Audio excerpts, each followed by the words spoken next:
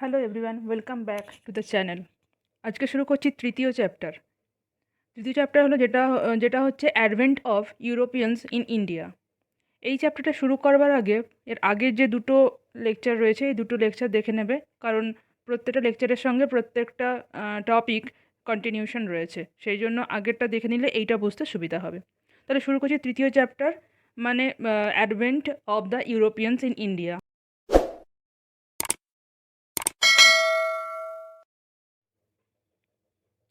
এই চ্যাপ্টারে আমরা পড়ব যে সেই সময় যেসব ফরেনাররা ভারতবর্ষে আসতো ব্যবসা বাণিজ্যের জন্য, সেই সব ফরেনারদের ব্যাপারেই এই চ্যাপ্টারে আমরা জানব। সেটা যেমন ছিল Portuguese, Dutch, English, French, Danish, এইসব যেসব ফরেনাররা এসেছিল তাদের ব্যাপারে আমরা জানবো। একটা বিষয় জেনে রাখবে যে আমাদের দেশে মানে ভারতবর্ষে প্রথম পর্তুগিজ রাই প্রথম ব্যবসা বাণিজ্য করতে এসেছিল এবং সবার শেষে ভারতবর্ষ থেকে এই পর্তুগিজরাই গেছে, মানে সবচেয়ে বেশি টাইম স্প্যান এখানে কাটিয়েছে পর্তুগিজরাই। তাহলে এই চ্যাপ্টারে মানে এই আজকের লেকচারে আমরা পর্তুগিজের ব্যাপারে জানবো। বাকি যেসব ফরেনাররা এসেছিল তাদের ব্যাপারে পরবর্তী লেকচারে জানবো। তাহলে পর্তুগিজরা আমাদের দেশে এসেছিল কেন?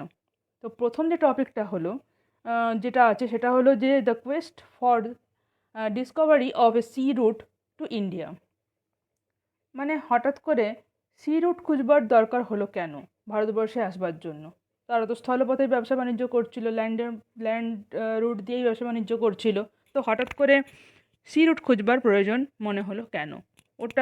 সি রুট আবিষ্কারের প্রয়োজন মনে হলো কেন সেটার ব্যাপারেই জানবো।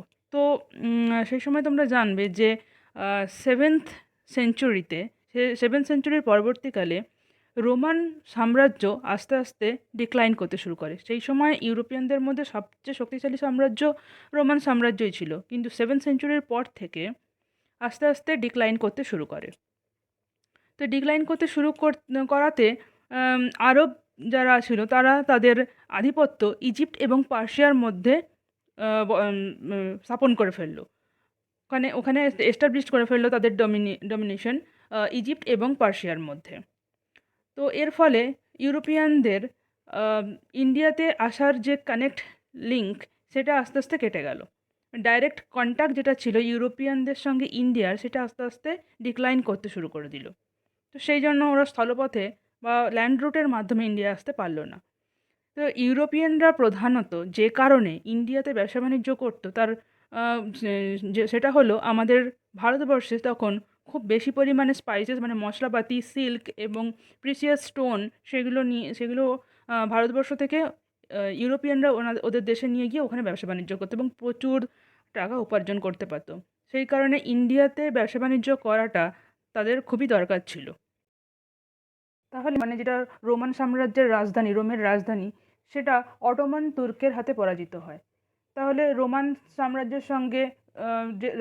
যেহেতু অটোমান তুর্কের হাতে পরাজিত হয়ে যায়, তাহলে রোমান সাম্রাজ্যের সহায়তায় আর ব্যবসা বাণিজ্য করতে যেতে পারে না ইউরোপিয়ানরা।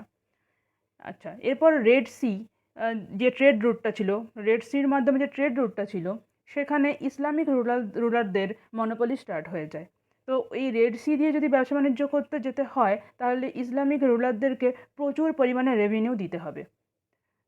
তাতে অত পরিমাণ রেভিনিউ দিতে হলে তাহলে ব্যবসা বাণিজ্যতে লস হয়ে যাবে, সেই জন্য এই রেড সি ট্রেড রুটটা দিয়ে ব্যবসা বাণিজ্য করা সম্ভব হয়নি।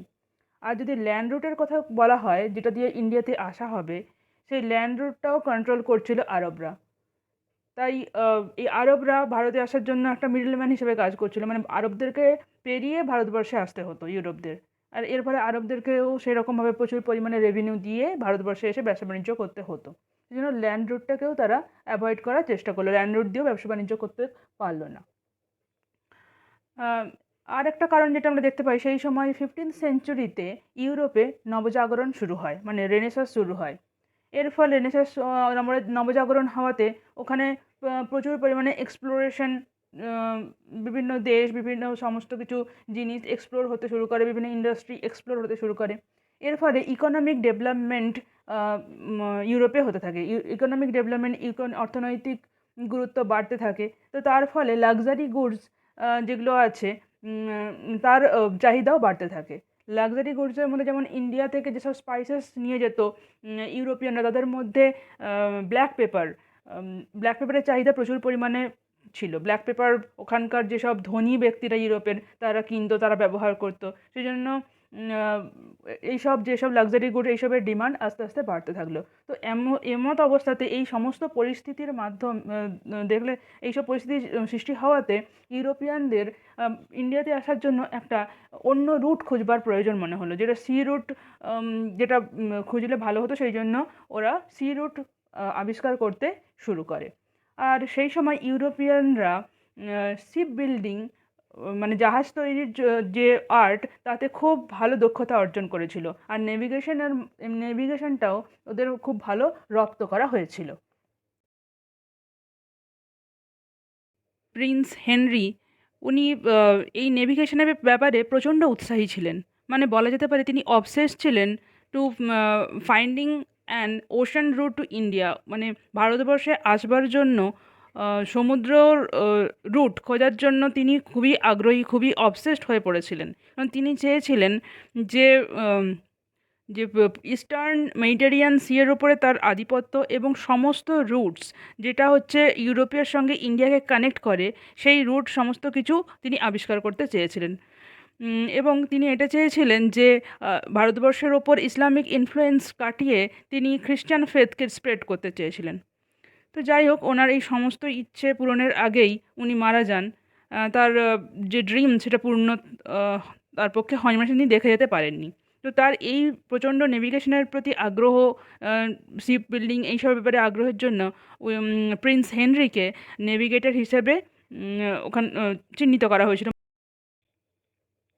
রোমান সাম্রাজ্যের ডিক্লাইনের পর দুটো ইউরোপিয়ান কান্ট্রি এরপরে শক্তিশালী হয়ে উঠতে থাকে। একটা হলো পর্তুগাল আর দ্বিতীয় হলো স্পেন।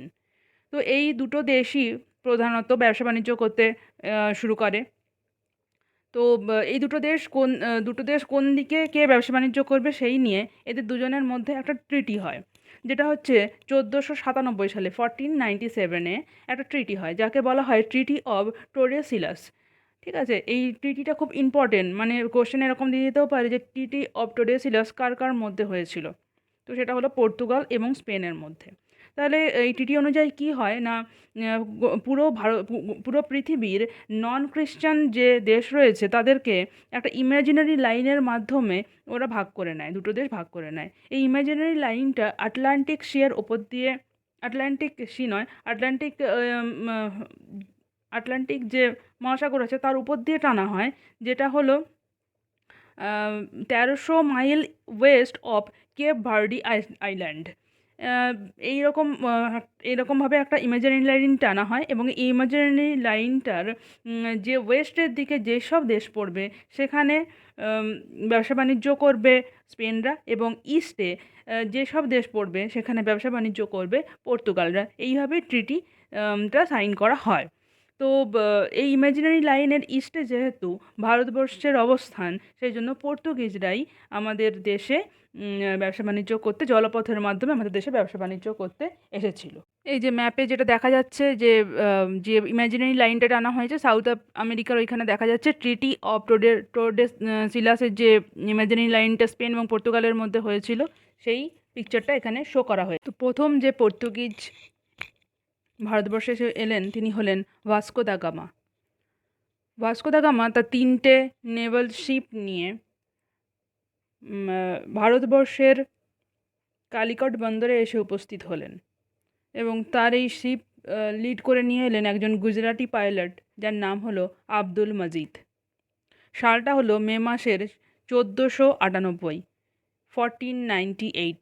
খুব খুব খুব ইম্পর্ট্যান্ট একটা সাল, যেটাতে কোশ্চেন বারবার আসে যে ভাস্কো দা গামা কত সালে ভারতবর্ষে এসে উপস্থিত হয়েছিলেন।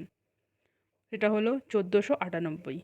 ঠিক আছে, তাহলে ভাস্কো দা গামা কালিকট বন্দরে এসে উপস্থিত হলেন, এবং সেই সময় কালিকটের যে হিন্দু রুলার যার নাম হলো জ্যামোরিন, তিনি ভাস্কো দা গামাকে একটা সৌহার্দ্যপূর্ণ অভ্যর্থনা জানালেন। তাকে তাকে খুবই বন্ধুত্বের হাত বাড়িয়ে তাকে অভ্যর্থনা জানালেন। ঠিক আছে, তবে এই ভাস্কো দা গামা ভারতবর্ষে আসাটা আরব ট্রেডারদের সেরকমভাবে পছন্দ হয়নি, কারণ সেই সময় মালাবার কোস্টে আরব ট্রেডাররাই সেই সময় ব্যবসা বাণিজ্য করছিল। তো হঠাৎ করে পর্তুগিজরা সি রুট আবিষ্কার করে ভারতবর্ষে এসে উপস্থিত হয়ে যাবে, সেটা আরবরা ভালো চোখে দেখেনি।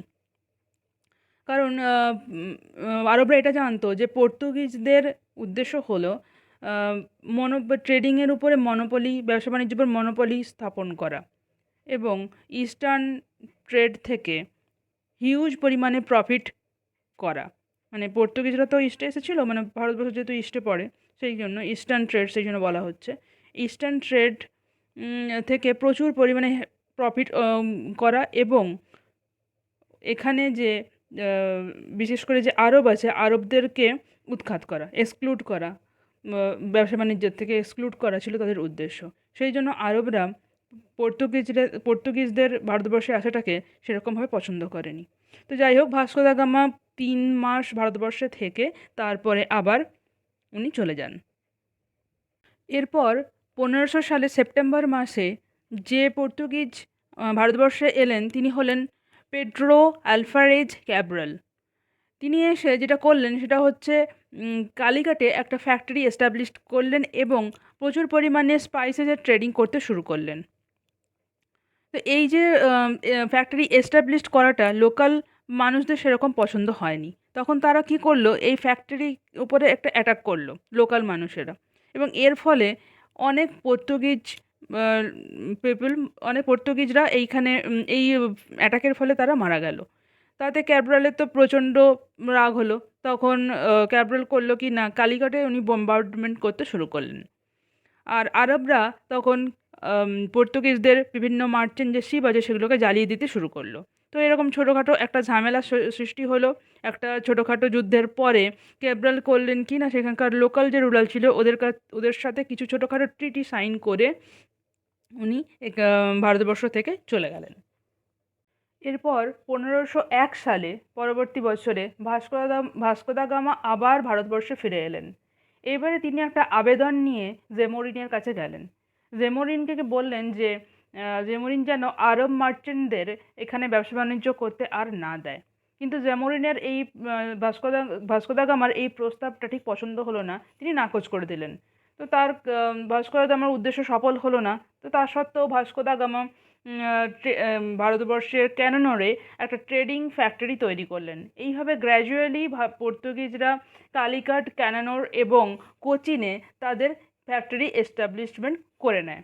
এইভাবে এরপরে আস্তে আস্তে ট্রেডিং শুরু হয় এবং ট্রেডিং করতে করতে করতে পর্তুগিজরা আস্তে আস্তে পারমিশন পেয়ে যায় ওই সব ফ্যাক্টরিগুলোকে ফোর্টিফাই করার জন্য। এরপর যিনি এলেন ভারতবর্ষে তিনি হলেন ফ্রান্সিসকো দ্য আলমিডা। তো এই আলমিডাকে কিং অফ পর্তুগিজ অ্যাপয়েন্ট করেছিলেন as a governor in India for 3 years. ঠিক আছে, তো আলমিডা 1505 সালে ভারতবর্ষে এলেন গভর্নর হিসাবে 3 বছরের জন্য। তিনি 3টে উদ্দেশ্য নিয়ে এলেন। 1 নম্বর উদ্দেশ্য হলো consolidate the position of the Portuguese in India. পর্তুগিজদের আধিপত্য পজিশনটাকে ভারতবর্ষের মধ্যে সুদৃঢ় করার জন্য। 2 নম্বর হলো to destroy Muslim trade by seizing Aden, Hormuz and Malacca. প্রধানত মুসলিমরা এই সব জায়গা দিয়েই তাদের ব্যবসা বাণিজ্য করতো, অ্যাডেন, হরমুজ অ্যান্ড মালাক্কা স্টেট। তো সেইখানে মুসলিমদের ট্রেডটাকে ডিস্ট্রয় করে দেওয়া। 3 নম্বর পয়েন্ট হলো he is also advise to build forts at Anjediva, Cochin, Cannanore and Kilwa. এই আঞ্জাভিডা, কোচিন, ক্যানানোর, কিলওয়াতে ফোর্ট্রেস বিল্ড করা, ফোর্টিফাই করা। এর পরবর্তীকালে কি হয় না, ইজিপ্টিয়ানরা মনে করে যে রেড সিতে যদি পর্তুগিজরা ঢুকে পড়ে তাহলে খুব প্রবলেম হয়ে যাবে। সেই জন্য ওরা আগে থেকে রেড সিতে এসে বিভিন্নভাবে পর্তুগিজদের বাধা দিতে শুরু করে। তো এর ফলস্বরূপ 1507 সালে পর্তুগিজদের সাথে ইজিপ্টিয়ান এবং গুজরাট নেভির একটা ব্যাটল হয়। এটা হলো দ্য নেভাল ব্যাটল অফ দিউতে একটা নেভাল ব্যাটল হয়। যারা এই যুদ্ধের একদিকে ছিল পর্তুগিজরা আর অপরদিকে ছিল ইজিপ্টিয়ান এবং গুজরাটের নেভি। তো এই ব্যাটেলে আলমিডার যে সন সে মারা যায়। তো তো সেইখানে আলমিডা পরাজিত হয়। তো পরের বছর আলমিডা আবার যুদ্ধ ঘোষণা করে এবং এই দুটো নেভি, যেটা ইজিপ্টিয়ান এবং গুজরাট নেভি যেটা ছিল সেটাকে একদম ক্রাশ করে দেয়। ঠিক আছে? এবং এই পরবর্তী দ্বিতীয় যুদ্ধে আলমিডা জয়লাভ করে। তো আলমিডার ভিশনই ছিল যে পর্তুগিজরা যেন ইন্ডিয়ান ওশেনের মাস্টার হয়। মানে আলমিডার ভিশন যেটা ছিল সেটা হলো যে to make the Portuguese the master of the Indian ocean. ঠিক আছে? সেই জন্য তার যে পলিসিটা, সেই পলিসিটা ছিল ব্লু ওয়াটার পলিসি, যেটাকে আরেকটা কথাতে কার্টেজ সিস্টেমও বলা হয়ে থাকে। ঠিক আছে? ব্লু ওয়াটার পলিসি এবং আরেকটা হচ্ছে কার্টেজ সিস্টেম বলা হয়। এই ম্যাপে নেভেল ব্যাটল অফ দ্বীপের যেটা ব্যাটেলটা হয়েছিল তার পিকচারটা দেওয়া হয়েছে। এরপর যিনি এলেন তিনি হলেন আলফানসো। আলফানসো এসে কী করলেন? আলফানসো এসে introducing a permit system for other ship, যেসব আদার ট্রেডিং শিপ ছিল তাদেরকে পারমিট দিল। ঠিক আছে? তারপর যেটা করলো সেটা হলো acquire Goa from the Sultan of Bijapur in 1510। 1510 সালে বিজাপুরের সুলতানের হাত থেকে গোয়াকে অ্যাকোয়ার করে নিলেন। এবং ইন্টারেস্টিং যে জিনিসটা হলো সেটা হলো তিনি ইন্ট্রোডিউস করেছিলেন অ্যাবলিশন অফ সতী প্রথা বন্ধ করার জন্য। প্রবাবলি তিনি প্রথম ফরেনার ছিলেন যিনি এই রুলটা তৈরি করতে চেয়েছিলেন। যাই হোক, এটা তিনি করতে পারেননি। ঠিক আছে? তো এই হলো আলফানসোর কাজ। এরপরে যিনি এলেন তিনি হলেন নিনো দা কুনহা। তো নিনো দা কুনহা সেরকম কিছুই করেননি, তিনি শুধু একটা কাজই করেছিলেন। তিনি কী করেছিলেন, যে হেডকোয়ার্টার ছিল পর্তুগিজদের যেটা কোচিনে ছিল, সেটা কোচিন থেকে গোয়াতে শিফট করেছিলেন। আর তিনি এসেছিলেন ভারতবর্ষে 1529 সালে, 1529-এ তিনি ভারতবর্ষে এসেছিলেন। এবারে দেখব কী কী ফেভারেবল কন্ডিশন ছিল পর্তুগিজদের ইন্ডিয়াতে আসার জন্য, ইন্ডিয়াতে সমস্ত আধিপত্য বিস্তার করার জন্য কী কী ফেভারেবল কন্ডিশন ছিল। তো প্রথম যে কন্ডিশন ছিল সেটা হলো the northern part was divided among many small powers. গুজরাটকে ছেড়ে দিলে ভারতের যে উত্তর ভারত সেইখানে বিভিন্ন ছোট ছোট পাওয়ারে বিভক্ত ছিল। ছোট ছোট রাজা রাজোয়ারা এদের ছিল, যাদের মধ্যে কোনো ইউনিটি ছিল না, যাদের মধ্যে সবসময় ঝামেলা লেগে থাকতো। তো সেই জন্য বিভিন্ন ছোট ছোট পাওয়ারে ডিভাইডেড থাকার জন্য নর্দার্ন পার্ট কে অধিকার করতে পেরেছিল, সেখানে ব্যবসা বাণিজ্য করতে পেরেছিল। ইন দ্য ডেকান, মানে দাক্ষিণাত্যে, সেখানে বাহামানি কিংডম ছিল। যদিও সেটা আস্তে আস্তে নষ্ট হয়ে যাচ্ছিল এবং সেখানেও ছোট ছোট কিংডমে ব্রেক হয়ে ছোট ছোট কিংডম তৈরি হয়ে গিয়েছিল, যাদের মধ্যে সেই রকমই কোনো ইউনিটি ছিল না, সবসময় ঝামেলা লেগে থাকতো, যুদ্ধ লেগে থাকতো। তো এই একটা কারণ। আর একটা কারণ হচ্ছে যে মানে আমাদের ভারতবর্ষের যেসব রাজাদের ছিল তাদের মধ্যে কোনো নেভাল স্ট্রেংথ এইসব ছিলই না। মানে শিপ বানানো কি নেভিগেশন এইসব ব্যাপারে তারা কিছু জানতোই না। আসলে ভারতবর্ষের বাউন্ডারির বাইরে তো কোনোদিনও যায়নি, কোনোদিনও দেশ বিদেশে কী হচ্ছে সেই সব ব্যাপারেও কোনোদিনও খবর রাখেনি, তাদের সঙ্গে ব্যবসা বাণিজ্যও করেনি। তো সেই জন্য নেভাল শিপ এইসব বানানো তাদের প্রয়োজনও হয়নি। সেই জন্য নেভাল স্ট্রেংথ বলে কিছু ছিলই না। ঠিক আছে? তো যেটা পর্তুগিজদের ছিল। আরেকটা কারণ হচ্ছে সেটা হচ্ছে আরব মার্চেন্ট বা অন্যান্য যেসব শিপ ওনার ছিল তাদের থেকেও পর্তুগিজদের যে নেভাল সিস্টেম সেটা অনেক উন্নত ছিল। মানে পর্তুগিজদের যে অর্গানাইজেশন, যে ইউনিটি যেটা ছিল, সেটা অন্যান্য মার্চেন্টদের, আরব বা অন্যান্য মার্চেন্ট যারা ছিল তাদের সেরকম কিছু ছিলই না। তো এইরকম যেসব কন্ডিশন ছিল, যেটা পুরোটাই ফেভার করেছিল পর্তুগিজদের এখানে ট্রেড করার ব্যাপারে, পর্তুগিজদের ফেভারে পুরো কন্ডিশনটাই গিয়েছিল। ঠিক আছে? তো এইসব কন্ডিশনগুলো ছিল পর্তুগিজদের এখানে ট্রেডিং করার জন্য। পর্তুগিজ স্টেট কী কী ছিল সেটা এবারে দেখব। তো প্রথমে হচ্ছে গোয়া, যেটা বিজাপুর সুলতানের কাছ থেকে নিয়েছিল। ঠিক আছে? সেটা হচ্ছে যে তো প্রথম হচ্ছে গোয়া, যেটা হচ্ছে ওয়েস্ট কোস্টের মধ্যে। আর ওয়েস্ট কোস্টে আরেকটা কী আছে না, মুম্বাই থেকে দামন অ্যান্ড দিউ, যেটা গুজরাট অবধি একটা সরু জায়গা। পুরো মুম্বাই নয়, মুম্বাই থেকে দামন দিউ থেকে গুজরাট, এই জায়গাটা পুরোটা।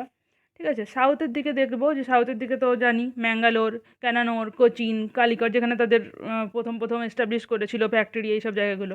ঠিক আছে? তো এইসব জায়গাগুলো পর্তুগিজদের স্টেট ছিল। মালাবার উপকূল, যেটা মালাবার যে উপকূলটা, সেখানে অতটা প্রভাব বিস্তার করতে পারেনি পর্তুগিজরা, কারণ ওখানে অন্যান্য ট্রেডাররাও আসতো। তবে যেটুকুই করেছিল না কেন সেটা সেই সময়ের জন্য পর্যাপ্ত ছিল। ঠিক আছে। আচ্ছা, এরপরে কি দেখবো না, ইস্ট কোস্টে কি কোন কোন স্টেট ছিল না, চেন্নাইয়ের সানথম, ঠিক আছে, এটা হচ্ছে ইস্ট কোস্টের মধ্যে। আর ওয়েস্ট বেঙ্গলের হুগলি, তো হুগলিটা অন্যের কাছ থেকে ক্যাপচার করেছিল। ঠিক আছে, এইভাবে এইসব স্টেটগুলো ছিল পর্তুগিজদের স্টেট। এবারে আমরা দেবো পর্তুগিজদের অ্যাডমিনিস্ট্রেশন। তো পর্তুগিজের অ্যাডমিনিস্ট্রেশন মানে প্রশাসনিক বিভাগটা দেখা যাচ্ছে যে the head of the administration was the viceroy. অ্যাডমিনিস্ট্রেশনের হেড থাকতেন একজন ভাইসরয়, যিনি 3 বছরের জন্য অ্যাপয়েন্ট হতেন, এবং তার সাথে থাকতো তার সেক্রেটারি এবং একটি কাউন্সিল। ঠিক আছে। তো এবার দেখা যাচ্ছে যে ভেডার দ্য ফাজেন্ডা নামে একজন, হয়তো তিনি ভাইসরয় কিংবা সেক্রেটারি কিছু হবেন, তিনি রেসপন্সিবল ছিলেন revenue and the cargoes and the dispatch of fleet. ঠিক আছে। আচ্ছা, আর দেখা যাচ্ছে যে আফ্রিকা থেকে চায়না পর্যন্ত পর্তুগিজদের যতগুলো ফোর্ট ছিল, সেই সমস্ত ফোর্ট থাকতো একজন ক্যাপ্টেনের আন্ডারে, এবং ক্যাপ্টেনকে অ্যাসিস্ট করতো ফ্যাক্টরস। এরপরে দেখবো পর্তুগিজদের রিলিজিয়াস পলিসি। তো পর্তুগিজরা মুসলিমদের প্রতি ইনটলারেন্স ছিল। তো সেটা স্বাভাবিকভাবেই, কারণ পর্তুগিজরা আরবদের পছন্দ করতো না। তখনও পর্যন্ত হিন্দুদের প্রতি অতটাও ইনটলারেন্স হয়নি, তবে গোয়াকে ক্যাপচার করে নেওয়ার পর, গোয়া অধিকারের পরে হিন্দুদের প্রতি ইনটলারেন্স দেখাতে শুরু করে। আচ্ছা, এরপরে আমরা কিছু ইভেন্টস দেখব। সেখানে বলা হচ্ছে যে যতই মুসলিমদের প্রতি ইনটলারেন্স বিহেভিয়ার থাকুক না কেন, আহ, আকবরের কোর্টে একটা গুড ইমপ্রেশন ছিল পর্তুগিজদের। কারণ সম্রাট আকবর সমস্ত ধর্মের লোকজনের সাথে ভালো ব্যবহার করতেন, তাদের যে কাস্টম, তাদের যে পলিসি, রিলিজিয়াস পলিসি, এইসব জানবার চেষ্টা করতেন। সেই জন্য সম্রাট আকবরের সঙ্গে এদের ভালো সম্পর্ক ছিল। তো এরকমভাবেই সেপ্টেম্বর মাসের 1579, মানে 1579-এ সেপ্টেম্বর মাসে আকবর একটা ফরমান জারি করেন গোয়ার যে অথরিটি আছে সেখানে, এবং সেখানে বলে যে আকবর তার নিজের রাজসভাতে, তার নিজের কোর্টে দুজন জ্ঞানী প্রিস্ট, খ্রিস্টান ধর্মের প্রতি জ্ঞানী যে প্রিস্ট হয়, তাদের আমন্ত্রণ জানানোর জন্য একটা লেটার গোয়া অথরিটির কাছে দেয়। তো সেই লেটারটা পাওয়ার পরে গোয়ার যে অথরিটিস আছে, তারা মনে করে যে সম্রাট আকবর বোধহয় খ্রিস্টান ধর্মতে কনভার্ট হওয়ার জন্য তিনি প্রিস্টদেরকে ডাকছেন। তো তাতে ওরা খুব খুশি হয়ে যায়। তো সেরকমভাবে সেই জন্য দুজন ফাদার, খ্রিস্টান ধর্মের জ্ঞানী যে প্রিস্ট হয়, যেসব ফাদার, এরকম দুজন হচ্ছে রুডোলফো এবং অ্যান্টোনিও, এরা এই পারপাস নিয়ে ইন্ডিয়াতে আসে এবং আকবরের সঙ্গে দেখা করে ফতেপুর সিক্রিতে। সেটা হচ্ছে 1580 সালের 28শে ফেব্রুয়ারি। তো আকবর তাদেরকে খুবই অনারের সাহায্যে, খুবই রেসপেক্ট দিয়ে আমন্ত্রণ জানায়, তাদেরকে রিসিভ করে, এবং ওনাদের সাথে তাদের ধর্ম নিয়ে আলাপচারিতা, সমস্ত কিছু ব্যাপারে কথাবার্তা বলে। কিন্তু ওরা যেটা ভেবেছিল যে সম্রাট আকবর বোধহয় খ্রিস্টান ধর্ম নিতে চান, তো সেটা তাদের উদ্দেশ্য পূর্ণ হয় না, এবং 1583 সালে তারা আবার ফিরে যায়। এরপরে আবার সেকেন্ড টাইম 1590 সালে আকবর ওনাদেরকে আবার আমন্ত্রণ জানান, এবং ওনারা আবার আসেন, আবার কথাবার্তা সমস্ত কিছু বলে নিয়ে 1592 সালে তারা আবার ফিরে যান। তারপর সম্রাট আকবর আবার তৃতীয়বার 1595 সালে ওনাদেরকে আবার ডাকেন, এবং এইবারে ফতেপুর সিক্রি নয়, লাহোরে আমন্ত্রণ জানানো হয়।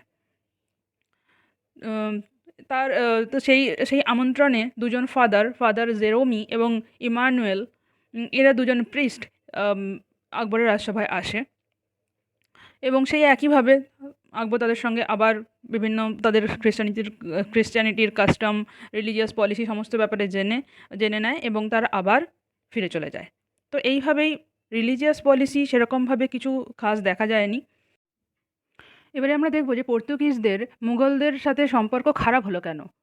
Portuguese lose favour with the Mughals. মানে পর্তুগিজদের সঙ্গে তো মুঘলদের সম্পর্ক ভালোই ছিল। যখন ভাস্কো দা গামা এলেন, কালিকট বন্দরে তখন জেমোরিন তাকে অভ্যর্থনা জানালেন, এখানে ট্রেডিং করলেন, এমনকি ফ্যাক্টরি বানালেন, ফোর্ট বানালেন, সবই কিছুই করলেন।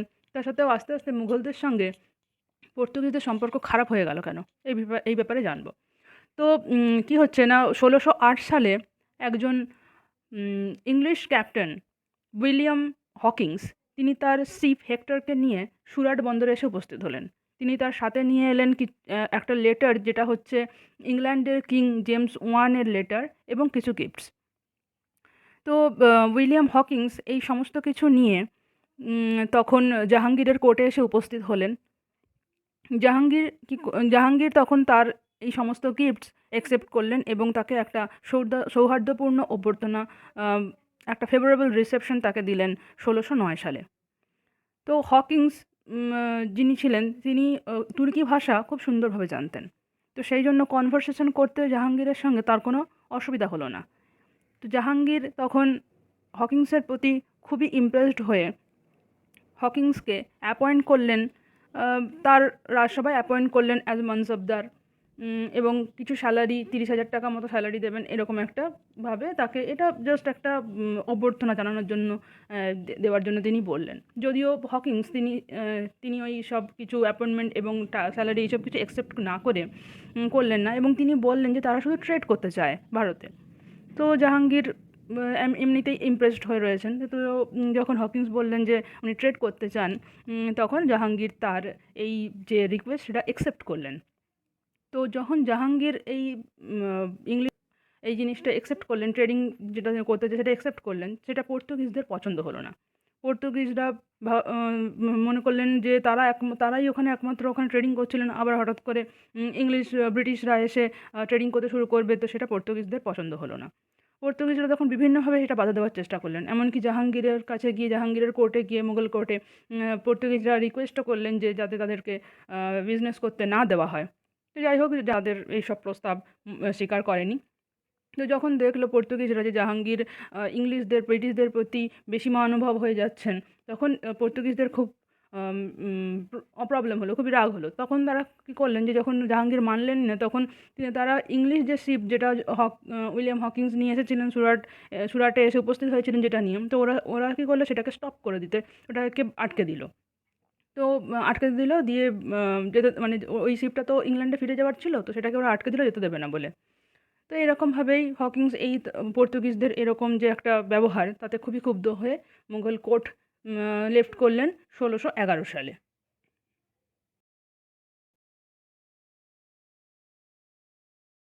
নিয়ে ক্যাপ্টেন বেস্ট ভারতবর্ষে এলেন।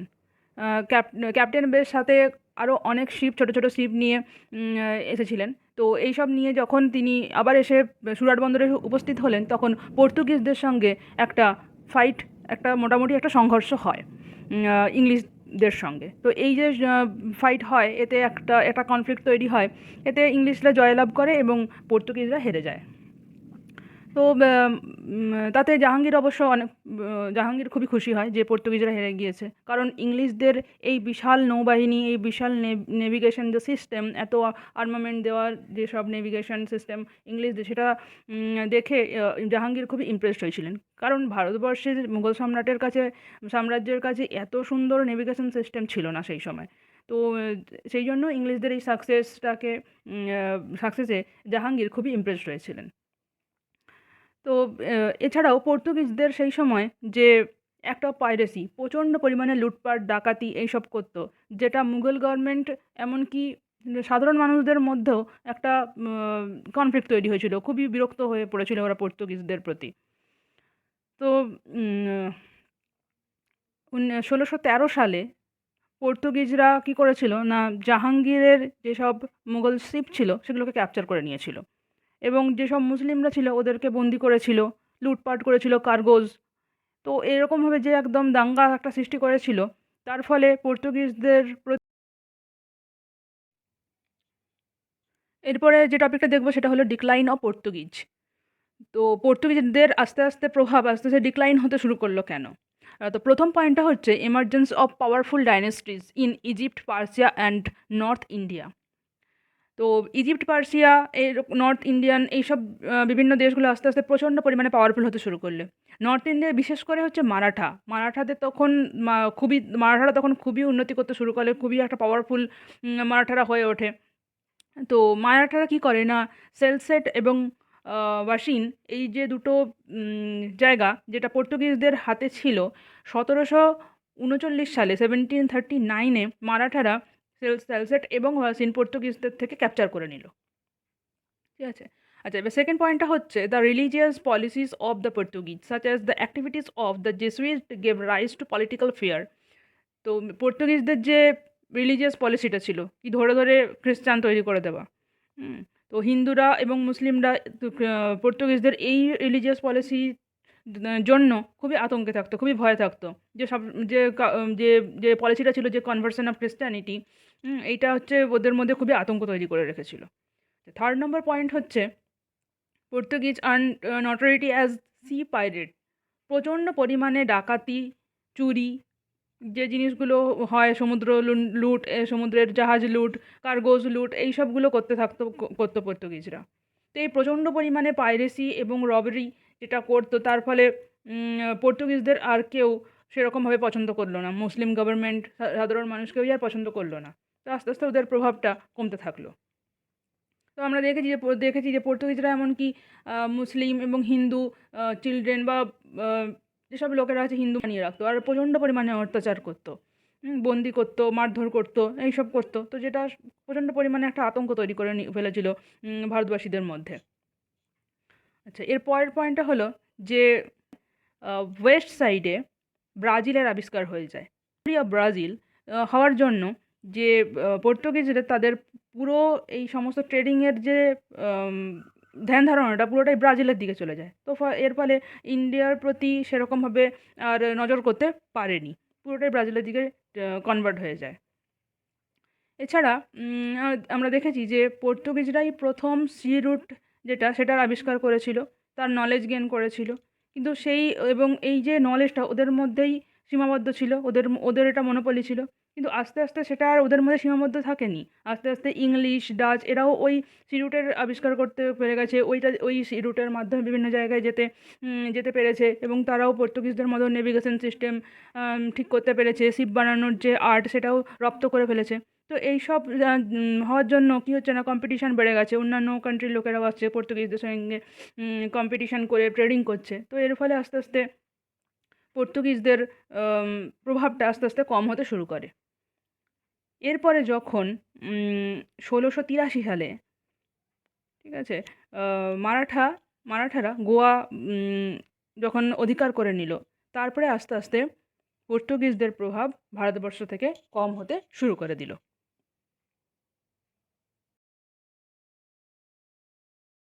তো ফার্স্ট পয়েন্ট হচ্ছে দ্য এমার্জেন্স অফ নেভাল পাওয়ার। নৌবাহিনী, নৌশক্তিকে আনা প্রথম ফরেনার এরাই ছিল। সেকেন্ড হচ্ছে the first step in gaining monopoly over trade. ভারতবর্ষে ব্যবসা বাণিজ্য করার যে প্রথম মনোপলি, সেটা এরাই নিয়ে এসেছিল। থার্ড হচ্ছে military contribution made by the Portuguese, use of body armour, matchlock man and gun landed from the sea. Military যে কন্ট্রিবিউশন, সেটা পর্তুগিজরাই প্রথম তৈরি করেছিল। কীভাবে নৌবাহিনীর মধ্যে আর্মামেন্ট রাখা যায়, গান ল্যান্ড করানো যায়, যে যারা যুদ্ধ করবে সেরকম নৌবাহিনীর মধ্যে তারা কীভাবে তাদের যে ইন্ট্রোডিউস করা, সেগুলো সমস্ত কিছুই পর্তুগিজরাই করেছিল। আচ্ছা, এরপরে হচ্ছে the Portuguese skill at organisation as the creation of royal arsenals and dockyards and the maintenance of a regular system of pilots and mapping and pitting state forces. তার মানে হচ্ছে যে রয়্যাল আর্সেনালস আছে সেগুলো কী করে ক্রিয়েট করা যায়, ডকইয়ার্ড কী করে ক্রিয়েট করা যায়, যেসব পাইলট রয়েছে তাদের কীভাবে মেনটেন রাখা যায় যাতে তারা সবসময় যুদ্ধের জন্য প্রস্তুত থাকে। এছাড়া যে ম্যাপিং, মানে যে সমুদ্রপথে এসেছিল বা ভারতের ম্যাপ কোথায় কোথায় দিয়ে তারা ব্যবসা বাণিজ্য করেছে, এই যে এই ম্যাপিংটা পর্তুগিজ থেকে পাওয়া যায়। এবং এছাড়া যেটা আছে সেটা হচ্ছে যে সিলভার স্মিথ এবং গোল্ড স্মিথরা গোয়াতে খুবই ফ্লারিশ করেছিল। ঠিক আছে, এছাড়া পেন্টার, কার্ভার, স্কাল্পটার এরা তো ছিলই। তো যাই হোক, এর থেকে বেশি এই চ্যাপ্টারে আর কিছু দেওয়া নেই সেরকমভাবে সিগনিফিকেন্সের ব্যাপারে। তো এইভাবেই এই চ্যাপ্টারের পর্তুগিজ পোর্শনটা শেষ হলো। পর্তুগিজ ফরেনারদের যে ভারতে আসার যে ঘটনাগুলো আছে সেগুলো শেষ হলো। ঠিক আছে, তো যেটুকু পড়লাম পুরো চ্যাপ্টারের মধ্যে পর্তুগিজদের ব্যাপারে তার একটা ওভারভিউ নিয়ে নেওয়া যাক। ঠিক আছে, তাহলে হচ্ছে 1498 সালে ভাস্কো দা গামা কালিকট বন্দরে এসে উপস্থিত হয়েছিলেন এবং তাকে একটা গ্র্যান্ড রিসেপশন দিয়েছিলেন সেখানকার লোকাল কিং জামোরিন। এরপরে 1503 সালে ফার্স্ট পর্তুগিজ ফোর্ট তৈরি হয় কোচিনে। 1505 সালে সেকেন্ড পর্তুগিজ ফোর্ট তৈরি হয় ক্যানানরে। 1509 সালে পর্তুগিজ গভর্নর ফ্রান্সিসকো আলমিডার সঙ্গে গুজরাট, ইজিপ্ট এবং জামোরিনের একটা সংঘর্ষ বাঁধে। যা 1510 সালে আলফানসো যিনি ছিলেন পর্তুগিজ গভর্নর, তিনি বিজাপুর এর থেকে গোয়াকে ক্যাপচার করলেন। 1530 সালে গোয়া গোয়া ডিক্লেয়ার হয় পর্তুগিজদের ক্যাপিটাল হিসাবে। আচ্ছা, গোয়াকে পর্তুগিজের ক্যাপিটাল কে কোন পর্তুগিজ ঘোষণা করেছিলেন সেটা কমেন্ট বক্সে তোমরা লিখবে। এরপরে 1535 সালে দিউ অধিকার করে নেয়। 1559 সালে পর্তুগিজ ক্যাপচার করে দামান। 1612 সালে loss of Surat to the English এবং 1663 সালে the Dutch win all Portuguese forts on the Malabar coast to অর্স দ্য পর্তুগিজ। পর্তুগিজদের সমস্ত ফোর্ট ডাচরা অধিকার করে নিল, যেটা না মালাবার কোস্টে থাকলো, এবং এইভাবে পর্তুগিজরা আস্তে আস্তে মালাবার কোস্ট থেকে সরে যেতে থাকলো।